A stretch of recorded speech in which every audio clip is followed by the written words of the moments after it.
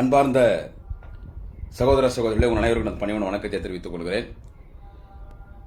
நான் உங்களிடத்தில் பேசுவதற்கு முன்பு ஒரு அறிவிப்பு. என்ன அறிவிப்பு என்று கேட்டால், ஒரு நேரத்தில் இந்த புள்ள பிடிக்கிறவங்க வருவாங்க. புள்ள பிடிக்கிறவங்க நாங்கள்லாம் சின்ன பசங்களாக இருக்கும்போது, ஒரு 4th ஸ்டாண்டர்ட் 5th ஸ்டாண்டர்ட் 4ஆம் கிளாஸ் 5ஆம் கிளாஸ் படிக்கும்போது புள்ள பிடிக்கிறவங்க வருவாங்க. பூச்சிக்காரன் புடுபுடுக்காரன் வருவான், புள்ள புஷ்ணு போடுவான். பூச்சிக்காரன் வருவான், புள்ள புஷ்ணு போடுவான்னு எங்களை மிரட்டுவாங்க எங்கள் பெற்றவங்கெல்லாம். ஆமாம், இந்த புடுபுடுக்காரன், பூச்சிக்காரன், பூச்சிக்காரன், புள்ள பிடிக்கிறவன், கொல்லை கூட்டக்காரன், பசங்களை தடுறவன் வந்துடுவான். அதனால பசங்களை ஜாகிரதை ஜாகிரதைன்னு சொல்லுவாங்க. எங்களுக்கும் சொல்லுவாங்க, வெளியே விளையாடுறதுக்கு போனால் புள்ள பிடிக்கும் புஷ்ணு போடுவான், வெளியே போகாதீங்க. அந்த மாதிரி இப்போ புதுசாக புள்ள பிடிக்கிறது இல்லை. வயதான ஒரு 79 ஒரு அபோவ் 80 இருக்கிறாங்கல்ல, அவங்க பொலிட்டிஷியன்ஸாக இருக்கணும், அரசியல்வாதியாக இருந்திருக்கணும், ஒரு நேரத்தில் எம்எல்ஏவாக இருந்திருக்கணும், எம்பியாக இருந்திருக்கணும், சேர்மனாக இருந்திருக்கணும். அப்படி வயதான முதியோர்கள் யாருன்னா அவங்க வீட்டில் இருந்தால் கொஞ்சம் ஜாகிரதையாக பார்த்துங்க. தயவு செஞ்சு வெளியே விட்டுறாதீங்க, எக்காரணத்துக்கு வெளியே விட்டுறாதீங்க. அவங்க வாக்கிங் எதனா போகிற மாதிரி இருந்தால் கூட ஒரு 4-5 பேர் போங்க. ஒருத்தர் 2 பேர் இல்லை, 4-5 பேர் போங்க. இல்லைன்னா வீட்டில் கூட இந்த த்ரெட்மில் மாதிரி வாங்கி கொடுத்து வாக்கிங் போக சொல்லுங்கள். வெளியே விட்டுடாதீங்க. இப்போ இந்த வயதானவர்களை கடத்திட்டு போகிற சீசன் இது. என்ன குடியாத்துக்கு முறை பேசுறது புரியலன்னு பார்க்குறீங்களா? ஆமாங்க, அண்ணாமலைன்னு ஒரு ஆள் கிளம்பி இருக்கான். உஷாராக இருங்க, எல்லாரும் உஷாராக இருக்கணும். என்னன்னு கேட்டால், அந்த அண்ணாமலைக்கு என்ன வேலைன்னா, வயசானவங்களை பார்த்து பிடிச்சி போடுறான் அந்த ஆள். எதனா மைக்கு அது கூட தே ஷுட் பி நியரிங் 80 இருக்கணும், 70 கூட இல்லை. ஆஃப்டர் 75 75 வயசு 80 வயசு 85 வயசு மாதிரி மூதாட்டிகள், வயதான தாத்தா பாட்டிகளில் புஷ்ணு போடுறாங்க. டெல்லி புஷ்ணு போடுறாங்க நேரம். அவங்க அரசியல்வாதியாக இருக்கணும். அவங்க ஒரு எம்எல்ஏவோ ஒரு சேர்மனோ எக்ஸ்எம்பியாக இருந்தால் அவ்வளோதான், வெளியே விட்டுனா புஷ்ணு போயிடுவாங்க.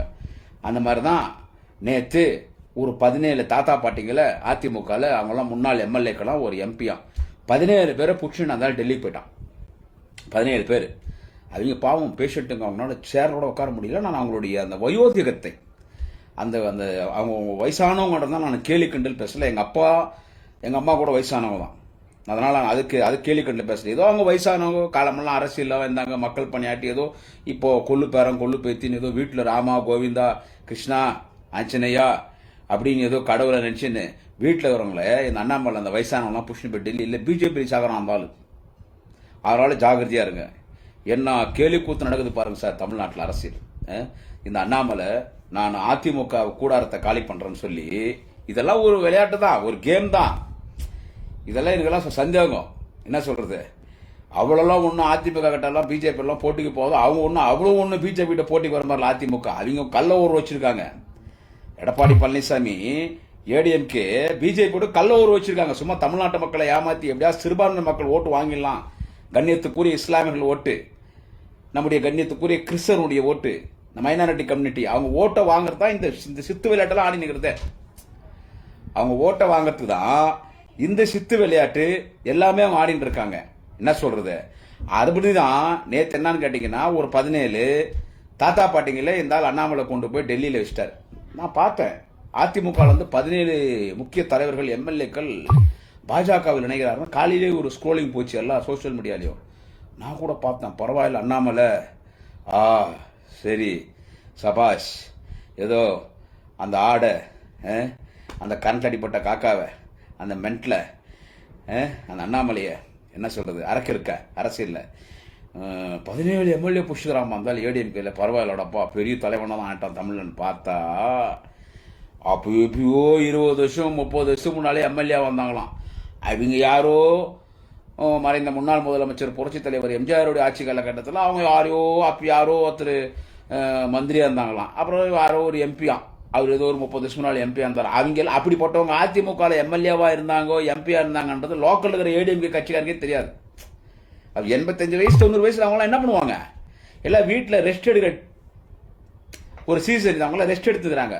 அவங்கள போய் தேடி கண்டுபிடிச்சி, என்ன சொல்றது, கொங்கு மண்டலத்தில் அங்கே எங்கே அப்படி இப்படி நெல்லை அங்கங்கே போய் தேடி கண்டுபிடிச்சி அவங்களெல்லாம் கஷ்டப்பட்டு பாவம் அவங்கள மொல்லமாக கூப்பிட்டு ஏர்போர்ட்டில் ஃப்ளைட் ஏற்றி அங்கே கொண்டு போய் டெல்லியில் உட்கார வச்சு உடனே 17 பேர் பாஜகவில் சேர்றாங்கன்னு லிஸ்ட்டை படிக்கிறாந்தாலே அந்த 17 பேர் உட்கார வச்சுறாங்க. அதை பார்க்கும்போது இது அண்ணாமலை டெல்லியில் ஏதாவது முதியோர் இல்லத்தின் இருந்தால் எதனா ஸ்டார்ட் பண்ணியிருக்காரான்னு நான் பார்த்தேன். அங்கே போனவங்களுடைய வயதினுடைய அவரோட வயதை வைத்தோ அவர் முதியோர்கள் தாத்தா பாட்டிங்கன்றதுனால அவங்க வயதை வச்சு அவங்க நான் கேலி கிண்டல் பேசல. என்ன சொல்றது, கேலி கிண்டல் பேசல. எப்படி கேப் மாதிரித்தனமான அரசியல் இருந்தால் அண்ணாமலை பண்றாப்டின்றதான் நான் உங்களுக்கு சொல்றதுக்கு இருக்குது. அங்கே போய் 17 பேரை கூட்டின்னு போய் எல்லாம் படிக்கும்போது எல்லாரும் பார்த்தாங்க, பரிதாபமாக இருந்துச்சு. அவங்களாம் போய் ஒரு நோட்டீஸ் கொடுத்து ஓட்டு கேட்க முடியாது. முதல்ல அவங்களாம் போய் பூத்தில் போய் ஓட்டு போட முடியுமா இல்லை கூட தெரியாது. அப்படிப்பட்ட நான் இப்பயும் சொல்கிறேன், அவங்களுடைய வயதை வைத்தோ அவர்களையும் நான் குறைந்த மதிப்பிடவில்லை. அவர்களுடைய நிலைமை இப்போ என்னவென்று கேட்டால், அவரால் நடக்க முடியாத, உடல்நிலை சரியில்லாமல் வீட்டில் இருக்கிற முதிர்ந்த சீனியர் சிட்டிசன்ஷிப்பு இவங்களை கொண்டு போய் அந்த போய் பாஜகவில் சேர்த்து எல்லாருக்கும் ஒரு மப்ளர் போடுறாரு. எல்லாருக்கும் ஒரு மப்ளர் போட்ட உடனே எங்கள் ஊரில் வந்துட்டு அனாதையில் இருக்குது, முதியோர் இல்லம். அனாதைன்னு சொல்லக்கூடாது, மன்னிக்கணும், முதியோர் இல்லம் இருக்குது. நாங்கள் தலைவர் தளபதி, நமது ஓய்வுக்கே ஓய்வு எடுத்து விட்டு மெரினாவில் ஓய்வு எடுத்துக் கொண்டிருக்கிற நமது தலைவர் கலைஞர், முதல்வர் தலைவர் தளபதி, நாளைய தமிழகத்து விடிவெள்ளி நமது வீட்டு பிள்ளை அண்ணன் மாண்புமிகு அண்ணன் உதயநிதி ஸ்டாலின் இவங்க பிறந்தநாள்லாம் வந்தால் முதியோரோட போய் அந்த வயதான மூதாட்டிகளுக்கு தாத்தா பாட்டிகளுக்கு ஃபஸ்ட்டு போனோடனே நல்லா காஸ்ட்லியாக வர்த்தான ஒரு மஃப்ளர் ஒன்று போடுவோம். எல்லாருக்கும் மஃப்ளர் போடுவோம். குளூரில் மஃப்ளர் போட்டு எல்லாம் உட்காந்து ஃபோட்டோ பிடிச்சிக்குவோம். அப்படியே என் கண்ணுக்கு தெரிஞ்சிச்சு. நாங்கள் முதியோர்கிட்ட போய் எல்லாருக்கும் தலைவர் தளபதி, மாண்புமிகு அண்ணன் உதயநிதி ஸ்டாலின், தலைவர் கலைஞர் பிறந்தாருக்கு எல்லா முதியோருக்கும் நாங்கள் மஃப்ளர் போடுற மாதிரி எல்லாருக்கும் ஒரு மஃப்ளர் போட்டார் அந்த ஆள் அண்ணாமலை. மஃப்ளர் போட்டு ஒருத்தத்தில கூப்பிட்டு கட்சியில் சேர்த்துனா அவங்களுக்கு சொல்லி கொடுத்துருக்குறாங்க. இந்த எக்ஸ்எம்எல்ஏக்கு அந்த பாப்பா, அந்த எங்கள் தமிழ்நாட்டை சேர்ந்த எங்களுடைய வயதான தமிழ் தாத்தாக்கள், தமிழ் பாட்டிகளுக்கு சொல்லி கொடுத்துருக்குறாங்க. பாரத் மாதா கி ஜெய், நரேந்திர மோடிக்கு ஜெய்ன்னு சொல்லுங்க. அவங்க ஏன் நான் வாழ்கனே சொல்றேனே, அது என்ன கி ஜெய்? இல்லை, இங்க வந்து பாரத் மாதா கி ஜெய், நரேந்திர மோடிக்கு கி ஜெய் என்ன இந்திக்காரனு புரியணும். அவங்க பாவம் ஒருத்தர வராங்க, பாரத் மாதா கி ஜெய், நரேந்திர மோடிக்கு ஜெய். அதில் ஒருத்தர் இங்கே கோயம்புத்தூர் பக்கத்தில் பாவம் ஒரு தாத்தா ஒருத்தரால் நடந்து வரவே முடியல. அவர் தட்டு தடமாடி வந்து கத்துன்னு அண்ணாமலை பின்னால் ஒரு பக்கம் கேபி ராமலிங்க நிற்கிறாரு. ஆமாம், அவர் ஒரு துண்டு பஃப்லர் ஒன்று போட்டுன்னு அவர் ஒரு குத்துறாரு. பாவம், அது எங்கள் தாத்தா வயசானவர், பாவம் எப்படி ஒரு 90 வயசு கிட்ட இருக்கும். அவர் எம்எல்ஏ வந்தானா எப்போ, எம்ஜிஆர் பீரியட்ல எப்போ அவர் பாரத் மாதாக்கு பாரத் மாதாக்கு ஜெய், நரேந்திர மோடிக்கு ஜெய், பாரத் மாதாக்கு நரேந்திர மோடிக்கு. பக்கத்தில் உட்காந்து ரெட்டியார் பயந்துட்டார். யார் ரெட்டியார்னு கேட்டார், ஆந்திராக்கார். அவர் வந்து தேர்தலுக்கு துணை பொறுப்பாளராம். பக்கத்தில் ஒரு கேரளாக்கார் மேனனுங்கிறார், அவரும் பயந்துட்டார். அவர் அந்த கேரளாக்காரு అన్నామలై పాత కేకరా అన్నామలై ఏం బా ఈ మంచి ఒళ్ళు కూడా బాగలేదు, ముసలోదు, ఈ గ్రాండ్ ఫాదర్ ఇక్కడ నువ్వు తొలుకుంటుచుండావే, ఒళ్ళు కూడా బాగలేదు, ఏమన్నా అయిపోతే ఎవరు దీనికి రెస్పాన్సిబుల్? ఫస్ట్ నెక్స్ట్ ఫ్లైట్లో ఈ మంచిన వాళ్ళు ఇంచిన ఫ్లైట్లో ఎక్కేసి ఎత్తుకొని పోయి ఇంట్లో వచ్చాయి. ఇట్లా మంచి అంతా మనకు వద్దప్ప. వీళ్ళని ఏంటికి వచ్చేసి ఇప్పుడు బీజేపీలో మన పార్టీలో మెచ్చేస్తూ ఉన్నావు. వీళ్ళు వచ్చేసి ఇక్కడ ఏం చేయపోతారు ఇప్పుడు? ఇది ఏరా నీ రాజకీయం చేస్తూ ఉండవు? నువ్వేం బీజేపీకి నువ్వు తమిళనాడు ప్రెసిడెంటే, లేదంటే నీ చిన్న బిడ్డ నా పిలకాపాయ మరి నువ్వు ఇక్కడ వచ్చేసి పాలిటిక్స్ చేస్తూ ఉంటావే? முதல்ல வீళ్ళంతా இக்கிட்ட வீళ్ళంతా தொன்கொண்டு போ, தமிழ்நாடு தொன்கொண்டு போனால் பயந்துட்டார் ரெடியார். இந்த மாதிரி பேஷண்ட்டுகளை கொண்டு போய் சேர்த்துட்டு பாஜக வலுமேடி தான். ஏயா அவர் எடப்பாடி பழனிசாமி சொன்னாராம். என்ன இதில் எனக்கு ஒரு சந்தேகம் இருக்குது. ஒருவேளை எடப்பாடி பழனிசாமியை கூட எனக்கு ஒரு நல்ல பேர் வேணும், அதனால் நானே ஒரு 17 பேர் அனுப்பிச்சு வைக்கிறேன். என்ன சொல்கிறது, எங்களுக்கு ஒரு 17 மாலைகள் மிச்சம். ஐயா இது நான் சொல்லிங்க. என்ன சொல்கிறது, அந்த வயதான அதிமுகனுடைய முன்னாள் சட்டமன்ற உறுப்பினர் நான் இழிவாக பேசிதான் யாரும் தவறாக கருதக்கூடாது. அண்ணாமலை அப்படி பேசக்கூடிய ஆள் தான். ஏன்னா 1000 அமைதிப்பட அமாவாசை யார்? எடப்பாடி பழனிசாமி. அண்ணாமலையும் அப்படி தான், எடப்பாடி பழனிசாமி தான். எடப்பாடி பழனிசாமி பெரிய அந்த நம்ம ஆயுதப்படம் படம் வந்துச்சுல்ல, அண்ணன் சத்யராஜ், அதில் அமாவாசை கேரக்டர், அது வேற யாரும் இல்லை, எடப்பாடி பழனிசாமி தான். சசிகலா காலில் விழுந்து முதலமைச்சர் பதவி வாங்கி சசிகலாவை வச்சு தூர தள்ளிட்டான். அந்த ஆள் வச்சு தூர தள்ளிட்டார் எடப்பாடி. ஆனால் சசிகலா கொலகாரி, ஜெயலலிதா கொலை பண்ண கொலகாரி, திருடி, நான் ஜெயிலுக்கு போயிட்டு அதுவும் நல்ல பொம்பளை இல்லை. இப்போ இவங்க வந்து ஓட்டு வாங்கணும். எல்லாம் என்னன்னு கேட்டால், இப்போ கண்ணு என்னன்னு கேட்டால், சிறுபான்மை சமுதாயத்தின் மக்கள், இஸ்லாமியர்கள், கிறிஸ்தவர்கள், மிகுந்த மரியாதைக்குரிய இஸ்லாமியர்கள், மரியாதைக்குரிய கிறிஸ்தவர்கள், மரியாதைக்குரிய தலித்கள், இவங்க ஓட்டை வாங்கணும்னா இவங்க பிஜேபி போட மாட்டாங்க. 99% பிஜேபி போட மாட்டாங்க. இவங்க ஓட்டு வாங்கணும்னா இஸ்லாமியர்களுக்கு ஆதரவாக இருக்கிறாரு எடப்பாடி பழனிசாமி, டோட்டலாக பிஜேபியை விற்கிறாரு. அப்படி ஒரு மாயை உருவாக்கத்துக்கு எனக்குள்ள இருக்கிற சந்தேகம். ஏன்னா எல்லா கேப் மாதிரியும் முள்ள மாதிரியும் முச்சோக்கு வேலையும் பிஜேபியும் செய்யும், அதிமுகவும் செய்யும். புரியுதுங்களா? இவங்களே ஒரு 17 பேர் அனுப்பிச்சிருப்பாங்க, நீங்கள் சேர்க்குற மாதிரி சேர்த்துங்க. பாடுறா அதிமுக வந்து பிஜேபியோட எதிர்ப்பு வந்து அங்கே வேற முன்னாள் எம்எல்லாம் தூக்கிட்டாங்க. இப்போ அமித்ஷா ஒரு பேட்டி ஒன்று கொடுத்தாரு, அது நம்ம தினத்தந்தி பத்திரிகையில் தான் தலைப்புச் செய்தியாக வந்துச்சு. என்னன்னு கேட்டால், அதிமுக பாஜக கட்சியோடு நாடாளுமன்ற தேர்தலிலே கூட்டணி சேர வேண்டும் என்று விரும்பினால் எந்த நேரமும் எங்கள் வாசல் திறந்திருக்கும், நீங்கள் எப்போ வேணாலும் வரலாம். எப்போ பார்த்தாலும் எங்கள் வாசல் திறந்தே இருக்குமா, நீங்கள் எப்போ வேணாலும் வரலாம். இதுவும் எடப்பாடி பழனிசாமி அமித்ஷா கிட்ட சொல்லியிருக்கலாம் அப்படின்னு ஒரு அறிக்கை விடு. ஏன்னா நீங்கள் வந்து home minister, the shadow prime minister of India is honourable home minister, Amit Shah is shadow prime minister of India. அப்படி ஒரு அறிக்கை ஒன்று விடு. நாங்கள் இல்லை வரமாட்டோம்னு சொல்லுவோம். ஏற்கனவே 17 ஏடிஎம்கே எம்எல்ஏ நீ தூக்கணும் உடனே அதிமுகவுக்கும் பாஜகவுக்கும் ஒரு பயங்கரமான விரோதம், பயங்கரமான ஃபைட் நடக்குதுன்னு மக்கள் நம்பிடுவாங்க. இதில் இப்படின்னு கூப்பிட்டு அதிமுகவுக்கு 24 மணி நேரம் கதவு தந்திருக்கோம், பாஜக தந்திருக்கோம்னு அமித்ஷா கூப்பிட்ட உடனே நாங்கள் வரலன்னா இன்னும் எங்களை இஸ்லாமிய நம்பி எங்களுக்கு ஓட்டு போட்டுருவாங்க, நம்ம ஜெயிச்சுட்டு உங்களுக்கு நாங்கள் ஆதரவு கொடுத்துறோன்ற மாதிரி ஒரு கள்ள உறவு. நல்ல புருஷன் இருக்கும் போதே கள்ள புருஷன் ஒரு சொல்ல வச்சுக்குவாங்க. அந்த மாதிரி அதிமுகவிற்கு கள்ள புருஷன் தான் பாஜக. இதெல்லாம் இவங்க சீனுங்க. எல்லாரும் என்ன பேசுனாங்கன்னா, அதிமுக பத்தியா 17 முன்னாள் எம்எல்ஏ தூக்கிட்டாங்க, இனி அதிமுக கூட இருந்தே பாஜக காலி பண்ண போதுன்னு எல்லாம் பேசினுக்கிறேன். நான் அப்படி யோசிக்கல. இவனுங்கெல்லாம் பகையாளிங்க. ஒரு எதிரி நேருக்கு நேராக ஃபைட்டுக்கு வந்தால் நம்ம அவங்கள்ட்ட ஃபைட் பண்ணலாம். நேருக்கு நேராக நிற்கணும்.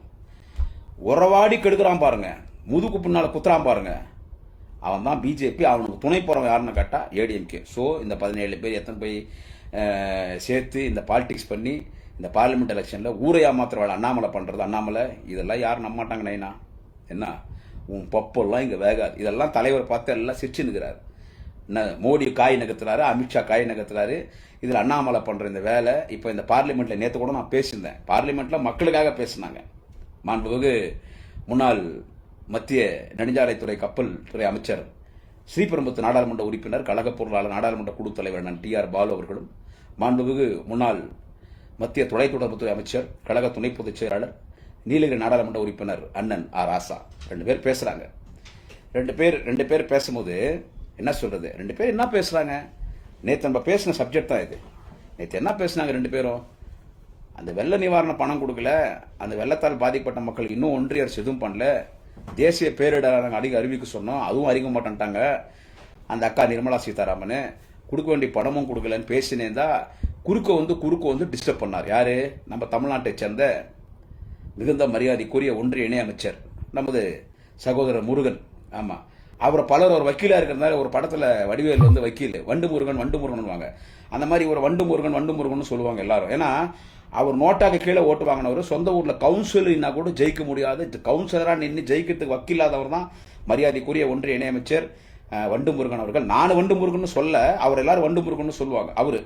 அவர் வந்து குறுக்கிட்டனால நீ ஒரு தமிழனா இருந்தாலும் இப்படி பண்றிய, தொடர்ந்து குறுக்கிட்டா நான் டிஆர் பாலு அவர்களை பேசவே கூடல, நான் ராசா அவர்களை பேச கூடாது. அதுக்கு ஆனால் டிஆர் பாலு அந்த இடத்துல இவர் அன்ஃபிட் பர்சன் ஃபார் பார்லிமெண்ட், இவர் unfit person for this union minister post அப்படின்னு சொன்னார். உடனே நான் ஒரு அருந்ததி சமுதாயம் என்பதால் என்னை வந்து தரை தாழ்ந்து பேசிட்டாங்க. நான் கிரவுண்ட்ல இருந்து வந்தேன், நான் அருந்ததி சமுதாயன்றதால என்னை வந்து அவங்க வந்து என்னை வந்து விமர்சனம் பண்ணிட்டாங்க, அன்பார்லிமெண்ட்ரி வாட் யூஸ் பண்ணிட்டாங்கன்னு.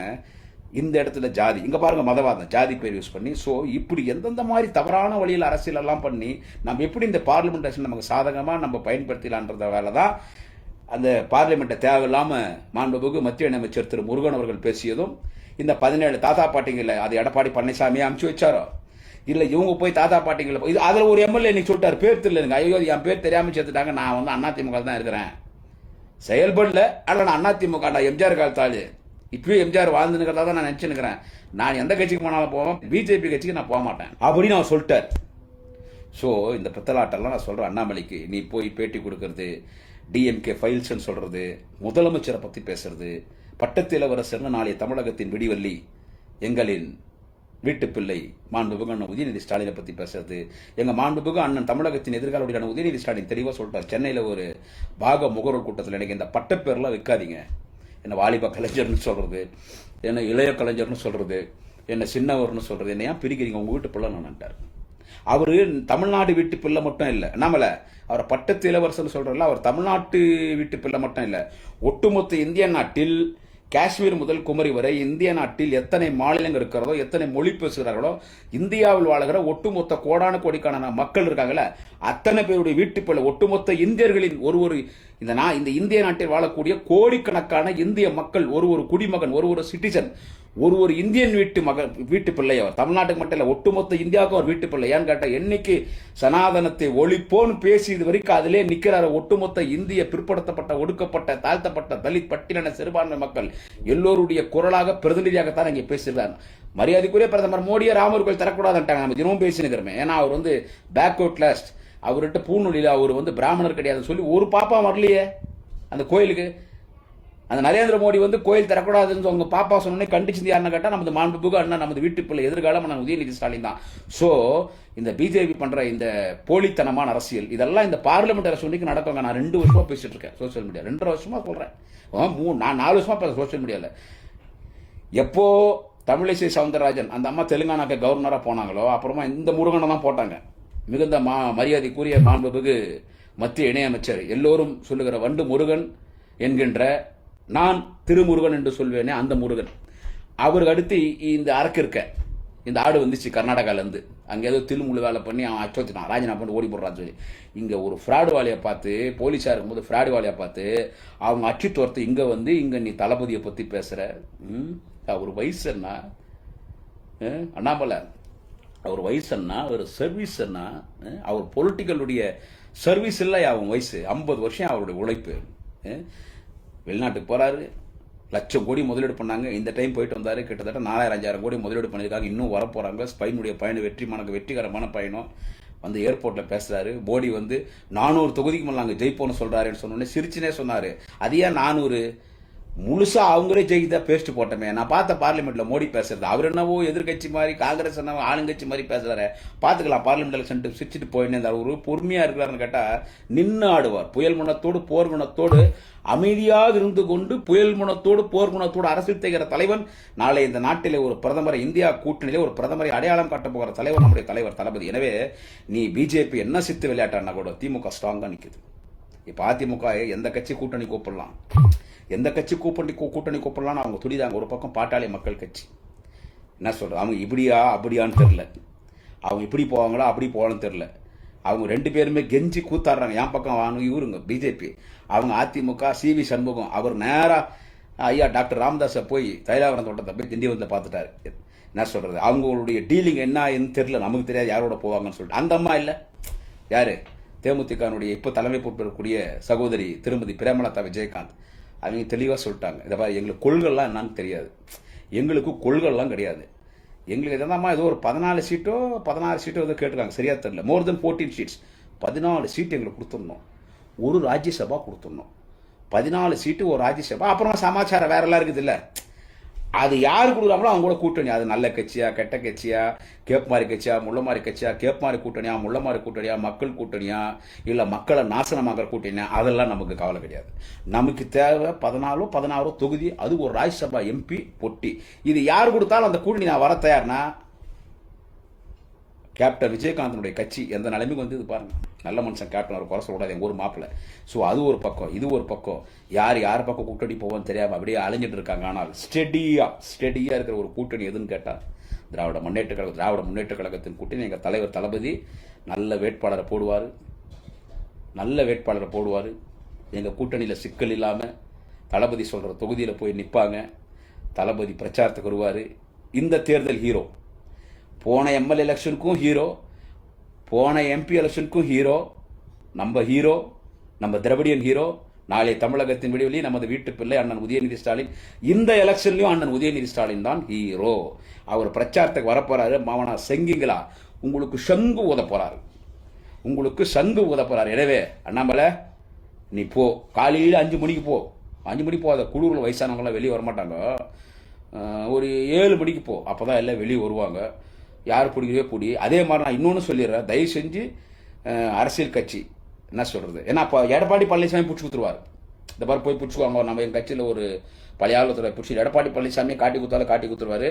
அதனால இந்த 80 வயசுக்கு மேலே எம்எல்ஏவாக இருக்கிறவங்க, முடியாதவங்க, இப்போ அந்த குடும்ப அரசியல டச் இல்லாதவங்க வீட்டில் இருந்தீங்கன்னா கொஞ்சம் அந்த வயதான எங்கள் தாத்தா பாட்டிங்களை ஜாகிரதையாக பார்த்துங்க. தாத்தா பாட்டியை புஷ்னு போகிறதுக்கு கொல்லக்கூட்டு தலைவன் அண்ணாமலை இருந்தாலும் வரப்போறாரு. புள்ள பிடிக்கிற மாதிரியே தாத்தா பாட்டிகளை பிடிக்கிறதுக்கு அண்ணாமலை வரப்போறாரு. தாத்தா பாட்டிங்களா, அரசியல் கட்சியில் இருந்து இப்போ 80-85 வயசாகி வீட்டில் ஓய்வாகிற தாத்தா பாட்டிங்களா, உஷாரு உஷாரு, அண்ணாமலை வந்து புஷ்னு போயிடுவான். நான் அண்ணாமலை சொல்றேன், இந்த தேர்தலில் பிஜேபிக்கு என்ன நிலைமை தெரியுமா? திருவண்ணாமலையில் நீங்கள் பிஜேபி நின்னீங்க. திருவண்ணாமலை சட்டமன்றத்தில் கடந்த சட்டமன்ற தேர்தலில் தாமரை சின்னத்தில் நிற்க வச்சிங்க.